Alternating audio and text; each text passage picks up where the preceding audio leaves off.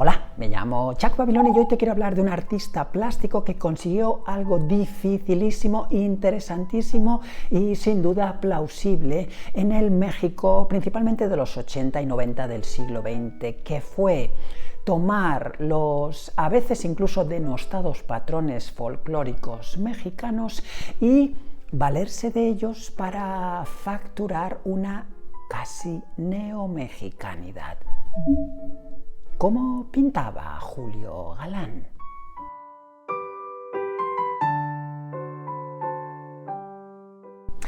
Pero antes de meter mis manos en los cubos de pintura de Julio Galán, déjame decirte que este vídeo que recién comienzas a visionar lo creo con muchísimo gusto a sugerencia de Michelle Cuellar 2790. Michelle, aquí tienes el vídeo que me pediste y te prometí crear. Y aprovecho para decirte a ti que no eres Michelle Cuellar 2790, que si quieres que dedique un vídeo específico a algún artista de la historia de la humanidad, oriental u occidental, da igual, sugiéremelo por favor en la caja de comentarios de cualquiera de mis vídeos y yo con placer y con muchísimo gusto crearé un vídeo exclusivo para ti.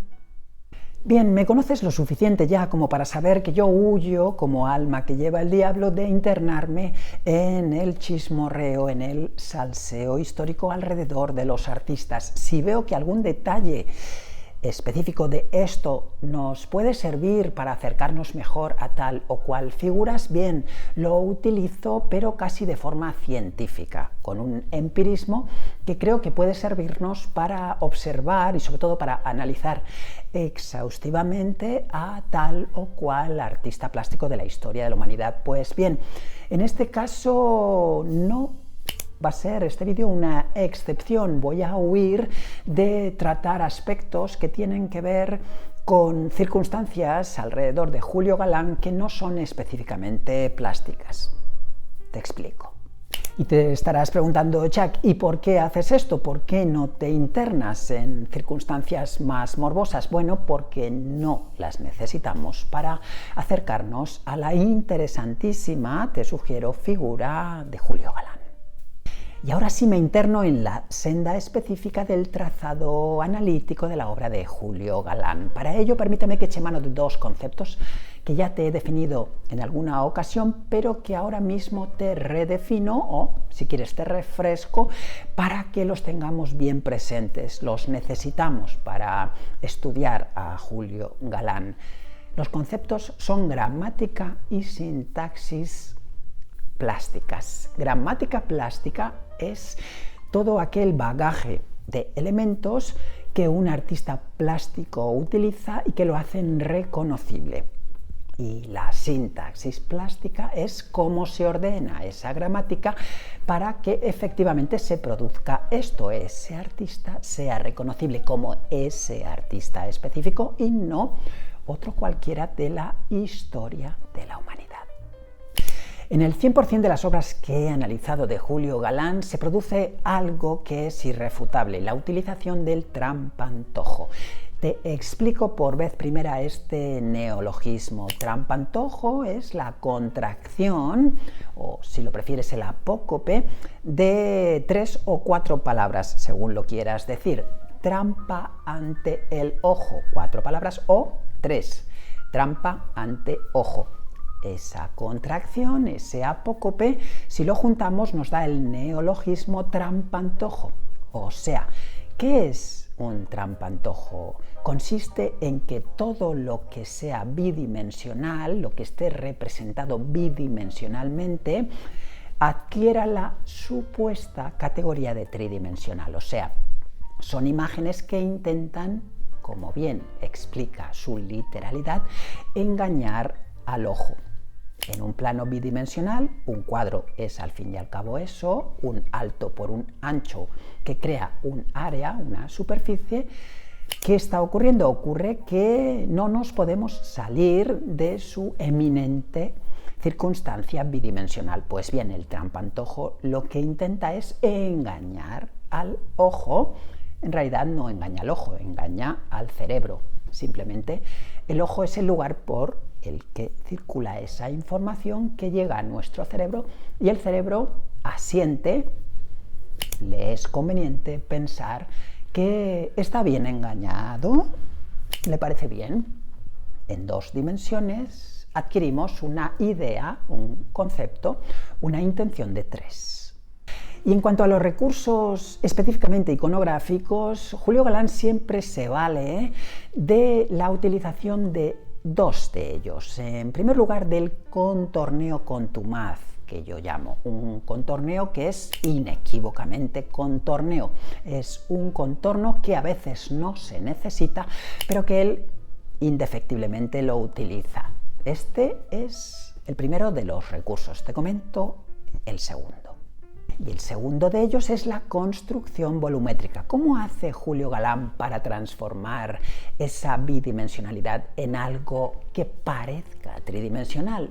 Pues utilizando este recurso que consiste sencillamente en utilizar un color en su máxima saturación, colocar uno de la misma gama, a ser posible, a su lado, y en el medio y en fresco crear su fundido por degradación.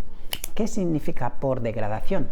Significa por difuminación. Si colocamos un color muy oscuro y le colocamos de su misma familia, entre comillas, al lado, si colocamos uno en medio, este deberá servir para fundir ambos en una frontera que no pueda ser particularizada.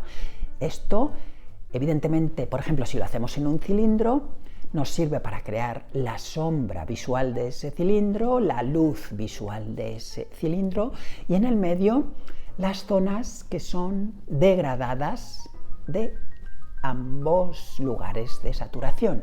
Y así ese plano, que podría ir de un oscuro a un claro de su misma familia, se transforma en un plano que se curva ante nuestros ojos de manera convexa o cóncava. Eso depende de nuestra intención de trampantojo. Y bien, hemos terminado ya. Así construye toda su obra plástica Julio Galán, así la construyó, utilizando un contorno que no es necesario, a veces no lo es, y una intención volumétrica parca, ruda, rudimentaria, pero que resulta funcionante, o sea, no se necesita más. No es nada peyorativo lo que te acabo de decir. La intención volumétrica se consigue, sí, bueno, hay muchas formas de conseguirla, por sfumato, como hacían en el 480 o en el 580, o con instrumentalización muchísimo más parca, como es el caso. Bien, ¿a qué se debe esto? Te lo explico en el siguiente punto. He hecho mano de un concepto que no debíamos por qué saber, pero sabemos, utilicémoslo. Julio Galán estudió arquitectura y no hasta el final, no se egresó de la facultad como arquitecto, pero es que tampoco estudió, que sepamos, de forma arreglada la plástica. O sea que hablamos de lo que en algún lugar he visto, en estudios críticos acerca de él he visto, que nos interna en el campo del autodidactismo. Bien, aquí, como cuando te hablaba de Frida Kahlo, revisiona el vídeo si eres tan amable después de ver este, no podemos hablar de autodidactismo. Un autodidacto es alguien que se vale de las herramientas que encuentra a su alrededor y cómo puede, nada en esas procelosas aguas, según Dios le dio a entender. Bien, Julio Galán estuvo rodeado de personajes de la cultura, se codeó incluso hasta con estrellas del pop art, Andy Warhol, en primer lugar, vivió en Estados Unidos muchísimos años, triunfó allí, expuso en las mejores galerías. Bien, no podemos hablar de autodidactismo y ahora te hablo de un punto anexo a este. Todos los tratados que he leído acerca de Julio Galán últimamente y en años precedentes siempre arrojan una conclusión. Julio Galán fue un artista autodidacto mediúmnico. Bien, no estoy de acuerdo con los dos adjetivos colocados después de artista. Artista plástico maravilloso, sí, pero creo esta salvedad. A mi juicio fue un artista nada autodidacto y no mediúmnico.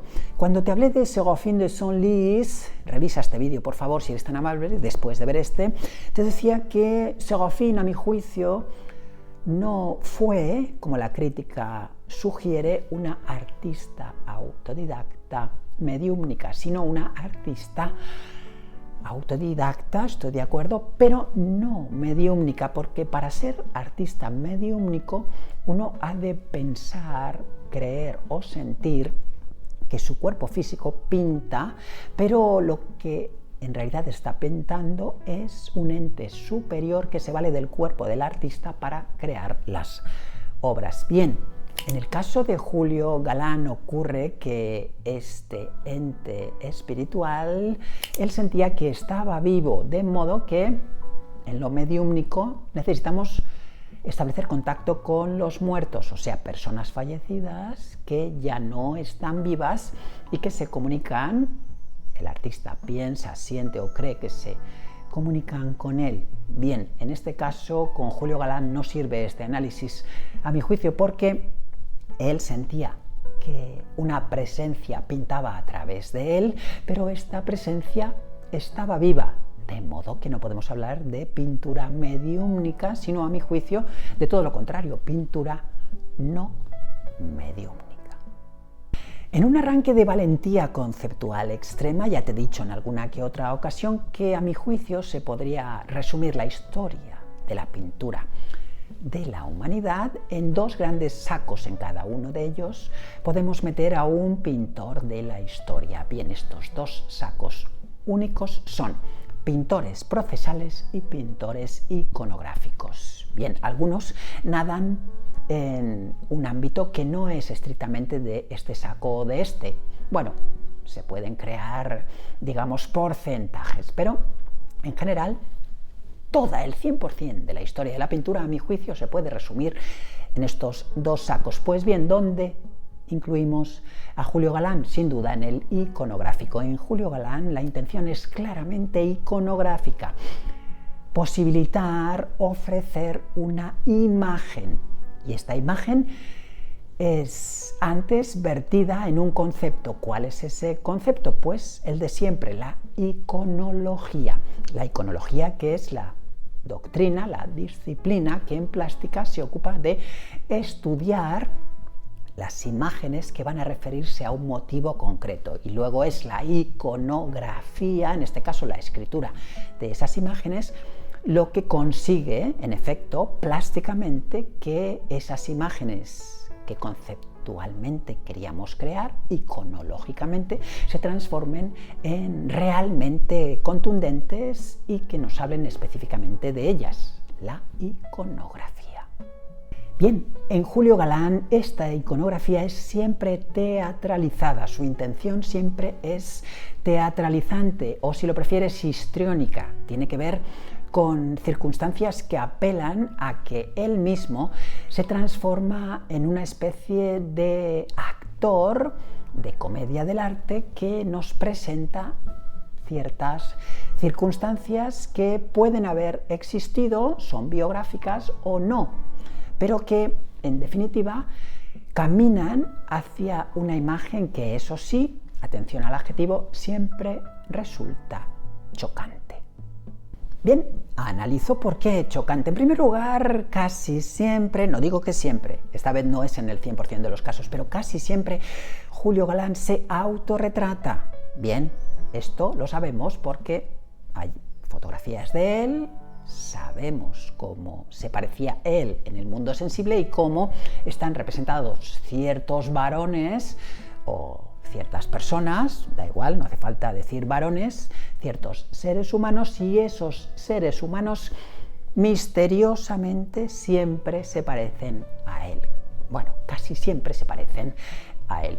Cuando evidentemente él representa animales no humanos, un caballo, por ejemplo, de un charro, pues evidentemente no es él, pero quizá el charro sí lo es, o el mariachi, o incluso hasta una mujer tehuana del istmo de Tehuantepec también es él, digamos que travestido como mujer folclórica de esta zona concreta de México. Añadamos más adjetivos a chocante. ¿Por qué esta iconografía es chocante? Bueno, también porque es glamurosa. Si quieres, utilizamos el término que nos viene del inglés, el término anglosajón, glam. Julio Galán practicó una iconografía glam, que evidentemente también aquí funciona para nosotros en español como apócope de glamour, ya palabra perfectamente instalada en español, que no utilizamos en inglés. Glam, en anglosajón, ha pasado a convertirse en glamour, y ya incluso evitando la O proveniente en este caso del francés, ya no decimos glamour, sino decimos glamour, en español ya perfectamente asentado. Pues bien, la iconografía se transforma en glamurosa cuando tiende a ser de una suntuosidad teatralizada. Sigamos añadiendo conceptos a chocante. Hay algo que salta a la vista en los cuadros de Julio Galán y es su tendencia a barroquizar, casi a plateresquizar su iconografía. Permíteme el neologismo que me acabo de inventar. Un barroco que va más allá del barroco, como el plateresco francés fue más allá, o incluso el español, del propio barroco canónico. Cuando utiliza joyas, cuando ese personaje representado que es él utiliza joyas, todas esas joyas están pintadas de forma meticulosa para que asistamos ya no a un rito pagano, mundano, cotidiano, sino a un rito casi de orfebrería, casi joyesco. Bien, este es otro dato que hay que tener en cuenta. Si revisas después de visionar este vídeo mi entradilla, verás que en ella te he presentado el concepto de neomexicanidad, que en realidad es una palabra bastante rimbombante para explicarte que Julio Galán se internó en unas aguas, de nuevo, procelosas, que tienen que ver con cierta singularización folclórica en muchos países del mundo. A veces la intelectualidad suele huir del folclore porque considera que el folclore de un país concreto no delata o no declama o no enuncia todas las riquezas que esta intelectualidad pretende que sean las que denominen a ese país en concreto en las altas esferas de la cultura. Sin embargo, esta intelectualidad suele olvidarse, lo que siempre te comento, el mainstream, suele olvidarse, si cae en esto, del outstream. Todo lo que la corriente principal no acepta como principal, todo lo que se queda fuera, ¿ves? Outstream, fuera de la corriente. Bien, etimológicamente ya sabes que las palabras nos sirven de mucho. ¿Qué hizo Julio Galán de forma magistral? Lo que hizo fue tomar todo ese folclore que a veces, como te decía, suele ser denostado en México, se refiere a clases quizá no tan altas como la clase alta pretende que sean, pero que esto es simplemente una conceptualización errónea y sobre todo debida a causas económicas y políticas. Pero en general el pueblo, lo que llamamos el pueblo llano, es el verdadero creador de los usos y costumbres que después se transforman en arte. No olvidemos, revisa este vídeo, que es arte, que lleva ya colgado en mi canal bastante tiempo y en el que te explicaba que a veces nos olvidamos de que la cultura es todo lo que el hombre cultiva. Todo lo que el hombre cultiva, el 100% de lo que hace desde que nace hasta que muere, es cultura. No hay que confundir la cultura con las manifestaciones culturales, son dos cosas distintas. Por ejemplo, labrar la tierra es cultivar, de modo que también es cultura. Y cabalgar, por ejemplo, montar a caballo también es cultura. No es arte, pero sí es cultura. Y así sucesivamente, cada actividad del ser humano es cultural. Lo que no es artística en todos los casos. Pues bien, como te digo, Julio Galán consiguió algo magistral, que fue utilizar toda esa significación simbólica arcaica, cultural, del pueblo, y la transformó en su propia iconografía convenientemente dulcificada, edulcorada, o, como antes te decía, teatralizada. Esto, como verás, no solamente le sirvió para crear su propia iconografía reconocible, sino también para ingresar a México en las artes plásticas en una cierta categorización también rimbombante de este hecho, lo que en México se conoció en los 80 y 90 como neomexicanismo, que yo he denominado neomexicanidad, que al fin y al cabo es lo mismo. Bien, aquí permíteme que no me detenga exhaustivamente, porque tiene algún sentido hablar de neomexicanidad o de neomexicanismo. Bueno, son neologismos que se acuñan sin duda para escribir libros, para escribir artículos, para crear inflación textual, digamos, pero en realidad no significan nada.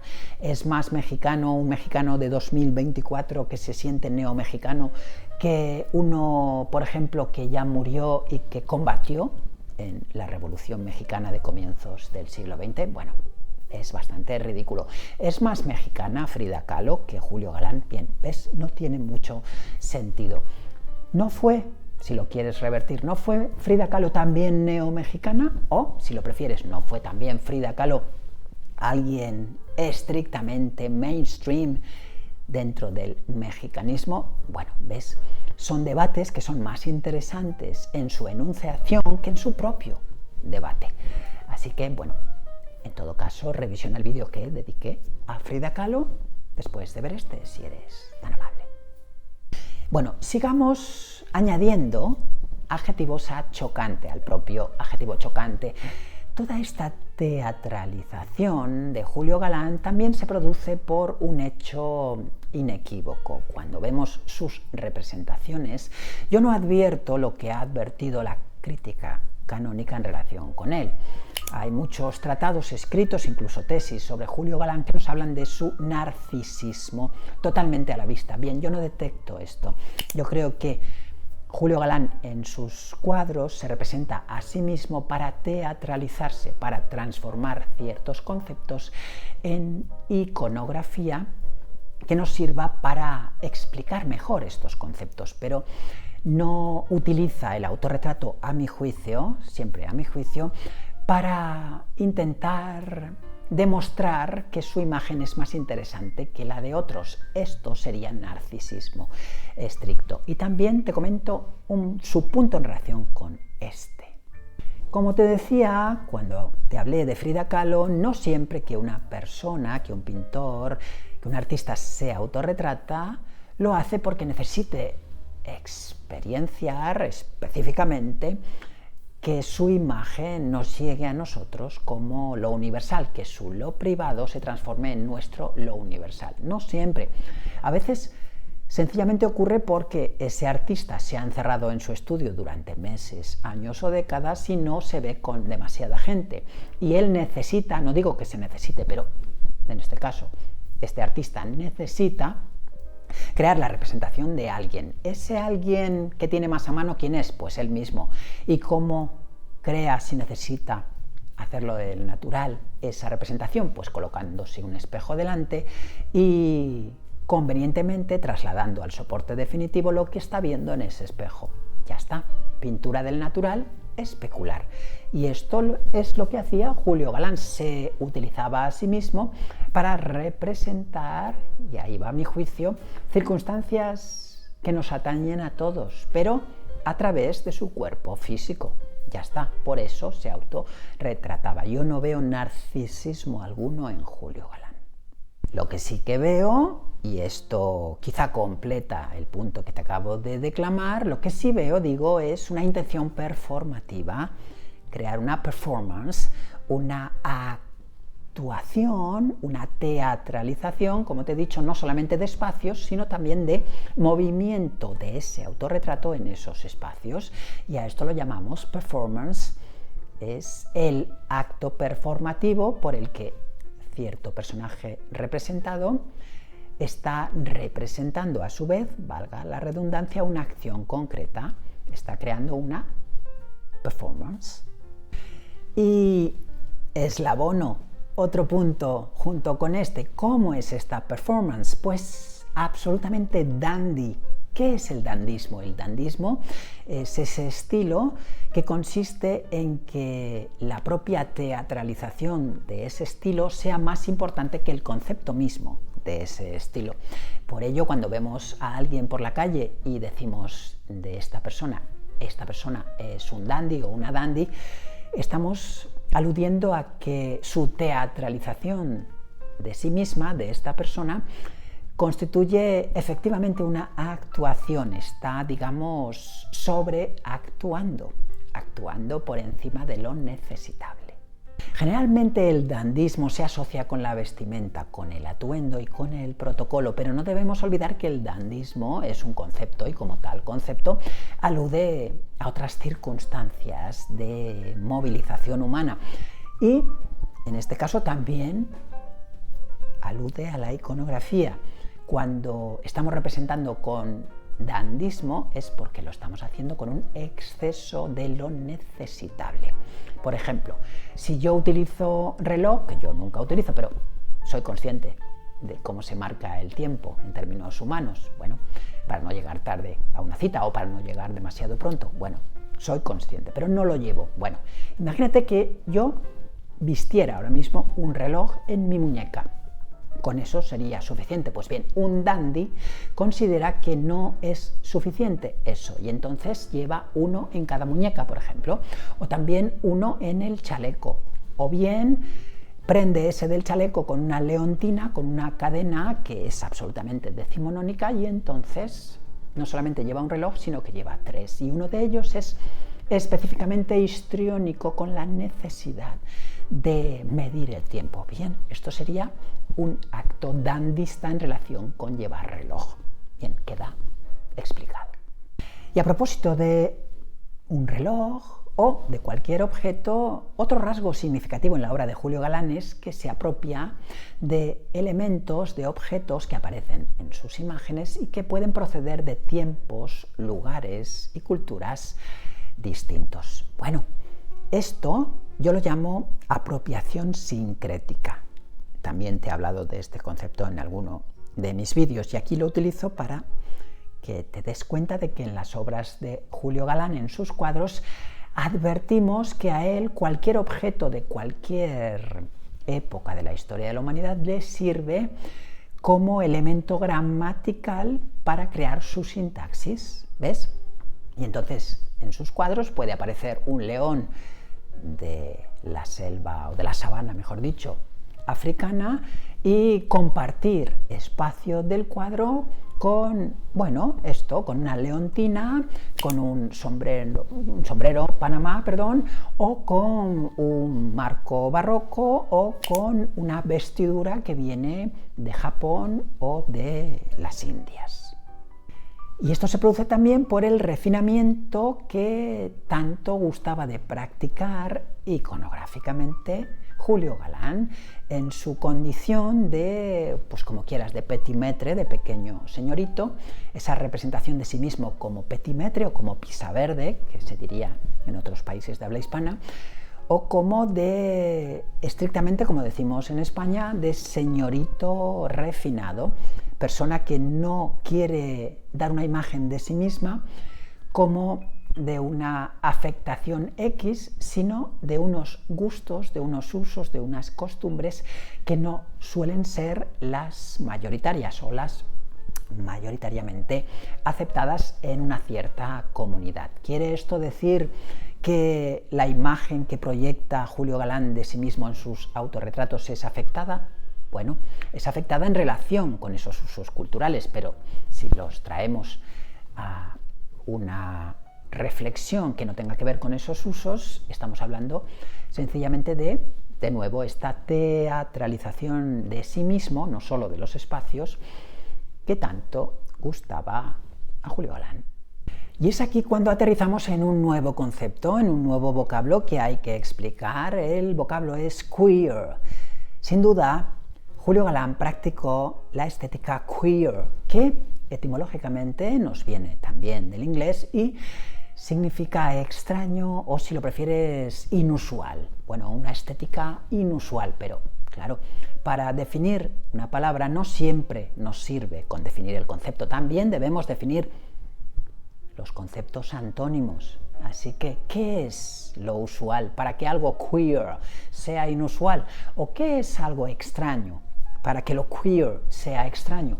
Bien, como ves aquí, nadamos en aguas que también son turbias, como poco, si no procelosas. Vale, pues para mí es claro que Julio Galán practicaba una iconografía queer en su vertiente estrictamente etimológica, extraña para alguien a quien le parezca que en una estancia de interior, por ejemplo, no cabe un caballo de un charro, por ejemplo, o para alguien que considere que los hombres no pueden vestir faldas en 2024, de acuerdo.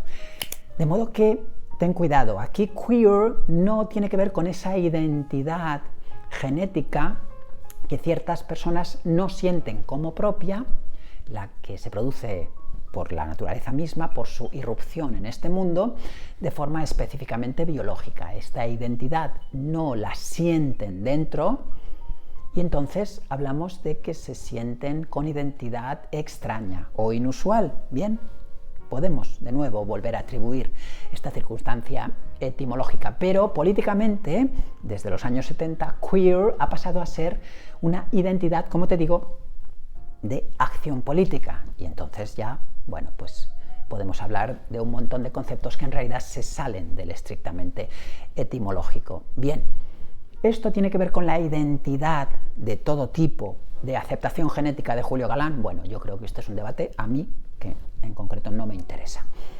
Cada uno que juzgue si esto fue así o no. Yo no tuve el gusto de conocer a este caballero y no sé si él estaba de acuerdo o no con esta identidad biológica, pero yo hablo estrictamente de lo que sus cuadros transmiten como identidad extraña. Podíamos hablar de identidad weird, también, extraña, rara, pues también, pero también tendríamos que definir qué es lo no extraño, lo no weird. De modo que, como ves, aquí hay un gran debate, pero no es estrictamente plástico. Como tampoco lo es el debate kitsch. Te vuelvo a comentar qué significa kitsch. Kitsch suele comentarse cuando hablamos de circunstancias humanas que lindan con el mal gusto o con la pretenciosidad del barroco llevado al extremo, tan al extremo que se convierte en casi una caricatura. Bien, es una palabra que nos procede casi en términos etimológicos del alemán kitsch. Lo kitsch es lo que se encamina al mal gusto, pero de nuevo, ¿qué es el buen gusto? Esta camisa que hoy llevo yo para algunas personas será kitsch, será de mal gusto por su excesivo barroquismo. Para otras será queer porque transmite demasiada estridencia que para ciertos ojos puede ser inusual. Si una persona se viste con una camisa de color ocre y está viéndome a mí vestido hoy con esta, evidentemente, en relación con lo que él considera como normal, como usual, esta es inusual, así que bueno, también podríamos tildarla de queer, pero se circunscribe al concepto de camisa de modo que siempre hay que tener cuidado cuando conceptualizamos algo, porque por inferencia implícita estamos definiendo lo contrario, su antónimo. O bien nos podemos servir a nuestro favor de su antónimo para explicar mejor el concepto en el que estamos navegando. Un rasgo que creo que no ha sido analizado en la obra de Julio Galán es su utilización del texto, de todos esos rótulos que él añade en algunos de sus cuadros, no en todos, y que a veces son el propio título y a veces son llamadas de atención de tal o cual personajes. Bueno, cuando esto lo crea Julio Galán, su intención es que leamos ese mensaje, o sea que su intención es semántica en mayor medida que gráfica, que iconográfica, pero en ocasiones, como por ejemplo, vuelvo a este cuadro del charro, aquí vemos que en la parte izquierda él coloca una inscripción. Pues bien, esta inscripción, con funcionar semánticamente, no solo funciona semánticamente, sino que determina un plano plástico. O sea, todas esas letras escritas generan una especie de enladrillado de letras que se comportan, si me permites el verbo, atribuido en este caso a letras, se comportan, digo, como un plano más, como si fuesen un rojo o un azul, o como si fuesen un degradado o un no degradado, son un plano plástico más.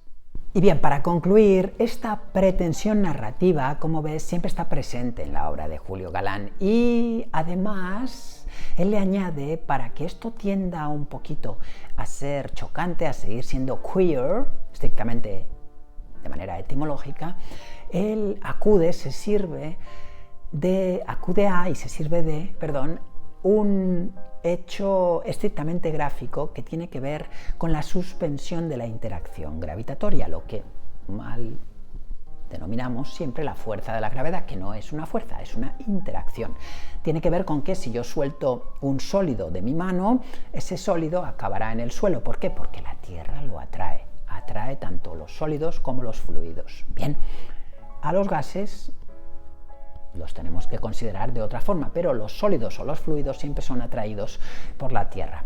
A esto lo llamamos interacción gravitatoria. Pues bien, en las obras de Julio Galán, él decide que esto se suspenda, como cuando te hablé de Chagall, de Marc Chagall. Revisiona el vídeo si eres tan amable. Ahí te decía que Chagall decide que la interacción gravitatoria se suspenda. O sea, para concluir, Julio Galán decide que en muchas de sus obras los objetos o las personas floten. Y para añadir una coletilla, por último, al punto último, he de decirte que, en conclusión, la iconografía de Julio Galán podríamos denominarla perfectamente proustiana. También tengo un vídeo que dediqué a Marcel Proust, en concreto a una de sus obras, Combray. Date una vuelta por allí si eres tan amable. Bien, ¿por qué pintor proustiano, podríamos decir? Bueno, porque en sus obras ves que hay juguetes siempre de la antigüedad, hay vajillas siempre vintage, hay objetos siempre anacrónicos. Si hay un reloj, es de arena o es reloj que ha de llevarse con leontina, reloj de mano. Si es de pared, es escandalosamente de pared, es un trasto, es un mamotreto. Bien, si hay un libro, no hay un libro de reciente aparición, hay de nuevo un mamotreto que remite a la bibliofilia y, a ser posible, nos habla incluso de su título en el lomo, etc. Bien, todos los objetos que él utiliza o bien son escandalosamente glamurosos, o escandalosamente kitsch, de mal gusto para ciertas capas de la sociedad, o bien son decididamente practicantes de este sincretismo objetual del que te hablaba antes, de modo que ¿qué late aquí? Pues late la nostalgia, no la melancolía, que sería la tristeza, sino la nostalgia de un tiempo. ¿Qué le ocurre a ese tiempo? Que no volverá, por eso es nostalgia. De nostos y algia, viaje que no volverá. Bueno, etimológicamente en griego, tristeza, porque lo que estoy viviendo no lo volveré a vivir. Y entonces él recupera objetos de su niñez, por eso su obsesión por las muñecas, a ser posible de porcelana. Por eso esa intención de acudir constantemente, lo sabemos, lo hemos certificado históricamente, a anticuarios o a almonedas de forma constante. Por eso rodearse de arcones, de steamer trunks, de baúles de barco que ya no se usan. Toda esta intención tiene que ver con la recuperación, digamos, de una infancia, si quieres, perdida. Bien, escandalosamente relacionada con lo que entendemos por proustiano. Hoy te he querido hablar del interesantísimo pintor iconográfico, sin duda, Julio Galán, que decía perífrasis tan ajustadas, tan exhaustivas y tan jugosas como: a la pintura debo el sentirme vivo, me ha dado la razón de mi existencia, la comunicación directa con los demás. Me llamo Chuck Babiloni y llevo 45 de mis 53 años dedicado al estudio y la práctica de las artes plásticas, la literatura y la música. ¿Te ha servido este vídeo? Por favor, dale al like, suscríbete a mi canal, compártelo en tus redes sociales si eres tan amable y nos vemos en el siguiente. Arigato. Goodbye.